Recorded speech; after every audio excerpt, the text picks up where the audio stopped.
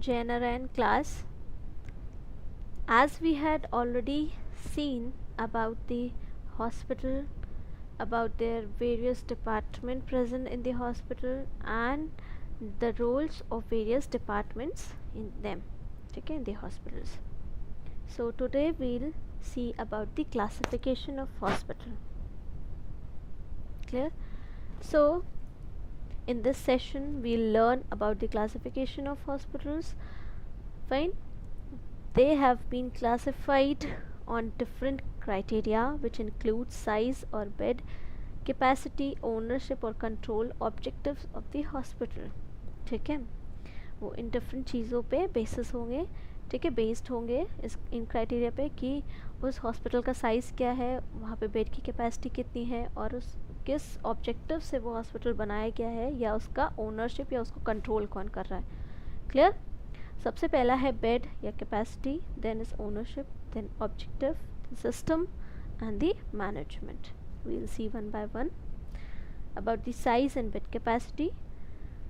ठीक है, इसमें इस क्लासिफिकेशन में बस यही है कि नंबर ऑफ़ बेड्स कितने हैं हॉस्पिटल का, हॉस्पिटल की साइज़ के अकॉर्डिंग उसमें बेड्स कितने हैं. ठीक है, सो उसके हिसाब से क्लासिफाई है small hospital, medium size hospital and large hospital.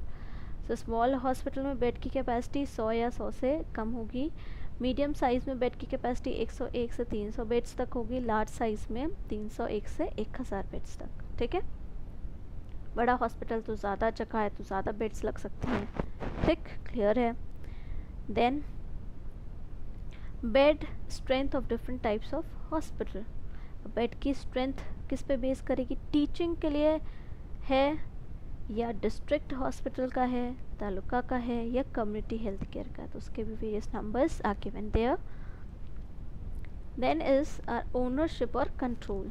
On the basis of ownership or control, hospitals are classified in the following, which is either they are government or public hospital or they are non-government hospital. ठीक है, so we'll see about them. अगर वो government hospital है तो वो या तो central या स्टेट गवर्नमेंट या कोई लोकल बॉडी के द्वारा चलाई जा रहा होगा. ठीक है, वहाँ पे फंड गवर्नमेंट के द्वारा आएगा. This hospital can be general और स्पेशलाइज्ड. फाइन. बट जो नॉन गवर्नमेंट हॉस्पिटल है वो किससे चल रहा होगा, क्लाइंट के फीस से या फिर डोनेशन से. ठीक, कोई भी इंस्टीट्यूशन या इंडिविजुअल फंड दे रहा हो, डोनेट कर रहा हो उस हॉस्पिटल को चलाने के लिए. ठीक, नॉन गवर्नमेंट जो हॉस्पिटल्स होते हैं they are further classified as either their non profit organization. ठीक है,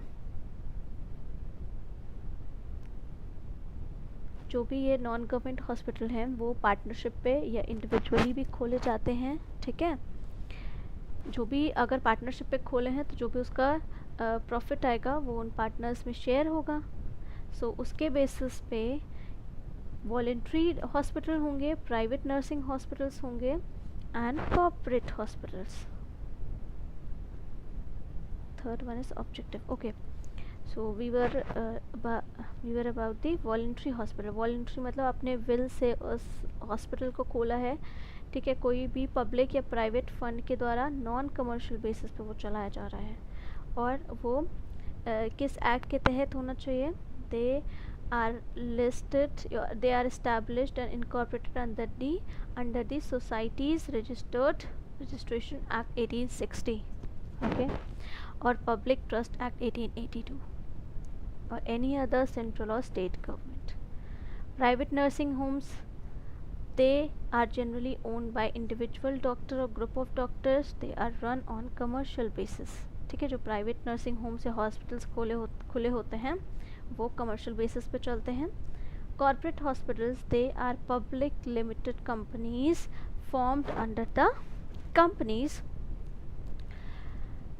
act, from the companies act and are run on commercial line.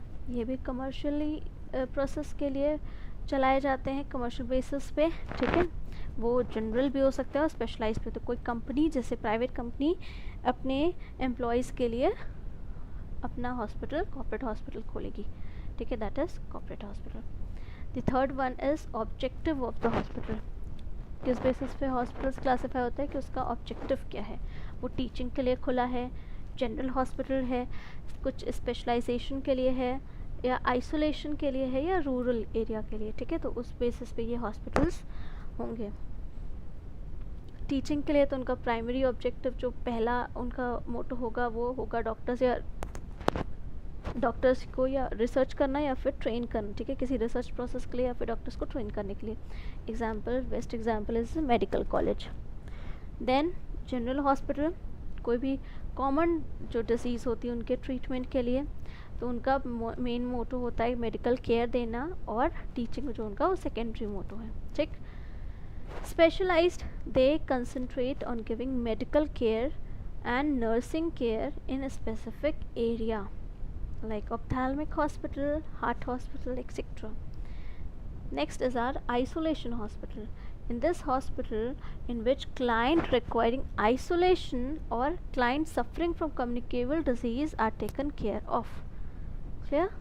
इस एपिडेमिक में, इस पैंडमिक में सबसे बेस्ट एग्जाम्पल जो भी कम्युनिकेबल डिजीज़ होती हैं उनके लिए आइसोलेशन वार्ड्स बनाए जाते हैं. तो वो इस आइसोलेशन हॉस्पिटल्स में पेशेंट जो कम्युनिकेबल डिजीज़ से सफ़र कर रहा है तो वो उधर जाएगा अपनी ट्रीटमेंट के लिए. Fine.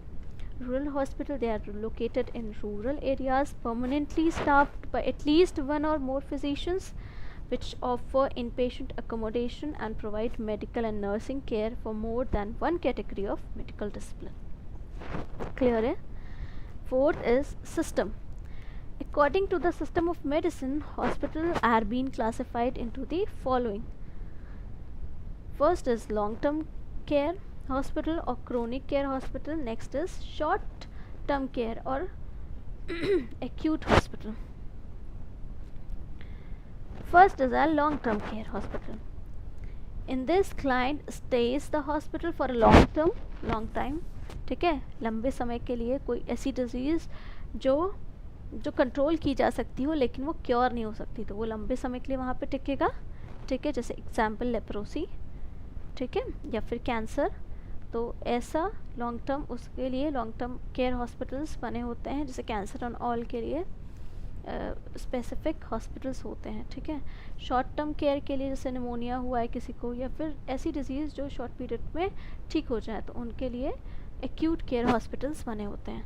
Clear? Next is our management. According to the management of hospitals are classified as follows. Hospitals run by union government, या फिर वो हॉस्पिटल जो यूनियन गवर्नमेंट या गवर्नमेंट ऑफ इंडिया के द्वारा चलाए जा रहे हों तो उनमें फ़ंड गवर्नमेंट ही देगी. ठीक है, जैसे जो हॉस्पिटल जो रेलवे या आर्मी के लिए होते हैं. ठीक, वहाँ पे फंड कहाँ से आता है? गवर्नमेंट के द्वारा. Okay, hospitals run by state government. These hospitals which are funded and administered by state government only. Then hospital run by local bodies like municipalities, zila parishad और panchayat. They are running some hospitals. Check. Then is autonomous bodies. These hospitals have the operational responsibility to the hospital governing board, usually granted by the government. The management authority with respect to personnel administration and budget administration rests with the governing board for more efficient performance and more discretion by management to achieve it. ये जो hospitals होते हैं इनका जो operational responsibility होता है to the hospital governing board. ठीक है, दे यूजुअली ग्रांट, ये भी गवर्नमेंट के द्वारा ग्रांटेड होते हैं. Clear? Then is are private hospital. They are owned by private और profit company for non-profit organization or a non-profit, but either they are owned by a profit or they are owned by a non-profit organization. So they are privately funded through payment for medical services by patient themselves. Clear? Then is our voluntary hospital. Voluntary. This type of hospital is in part by voluntary contribution and under the control of local, usually self-appointed board of governors. Clear है? So these are the classifications of hospital on the basis criteria. Next is our level of medical care. It is customary to describe health services at 4 level. ये ज़रूरी है कि हम health service को 4 level पे describe कर ले, primary, secondary, tertiary and quaternary care level पे. So these levels represent different types of care also. अब ये तीनों ही जो लेवल हैं चारों, वो डिफरेंट टाइप की केयर प्रोवाइड करेंगे. तो जो प्राइमरी है, दे प्राइमरी केयर लेवल जो है, दे here cares are provided by many doctors, maybe by doctors, nurses or physician. ठीक है. सो सबसे पहला जो यहाँ का प्राइमरी जो हेल्थ केयर होगी फर्स्ट लेवल पे क्या होगी कि वो कांटेक्ट करे उस इंडिविजुअल से, ठीक है, उसके फैमिली मेम्बर या कम्युनिटी से, और उसको प्राइमरी हेल्थ केयर जो भी उसकी एसेंशियल नीड होगी जो उसे दिया जा सके वो प्रोवाइड किया जाएगा. ठीक. इसमें सबसे जो ज़रूरी बात होता है दैट इज़ कम्युनिकेशन. ठीक है. अगर कम्युनिकेशन अच्छा है, वो अच्छे से समझा पा रहा है, तो प्राइमरी लेवल पे उसको अच्छी हेल्थ केयर मिल जाएगी.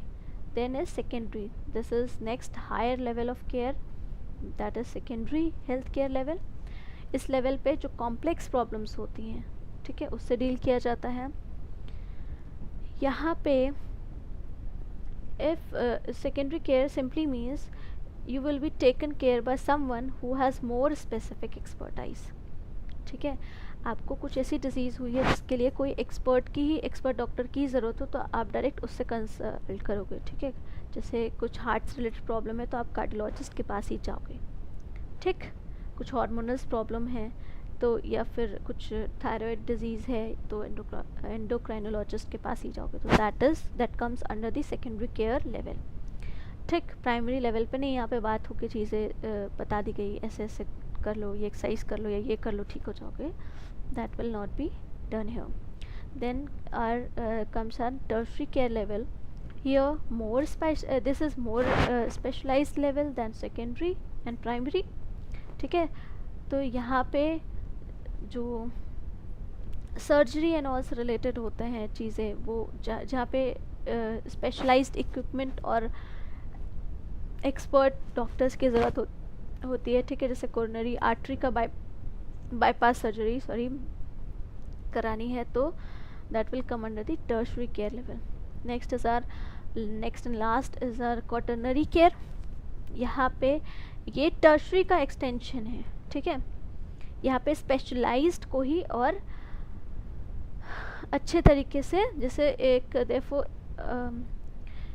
हर हॉस्पिटल में, ठीक, ज़रूरी नहीं है कि दे विल प्रोवाइड मतलब दैट एवरी हॉस्पिटल और medical centre can not offer quaternary care, but it include experimental medicine and procedures. ठीक है. So that's all about the levels of medical care. So we'll end up here with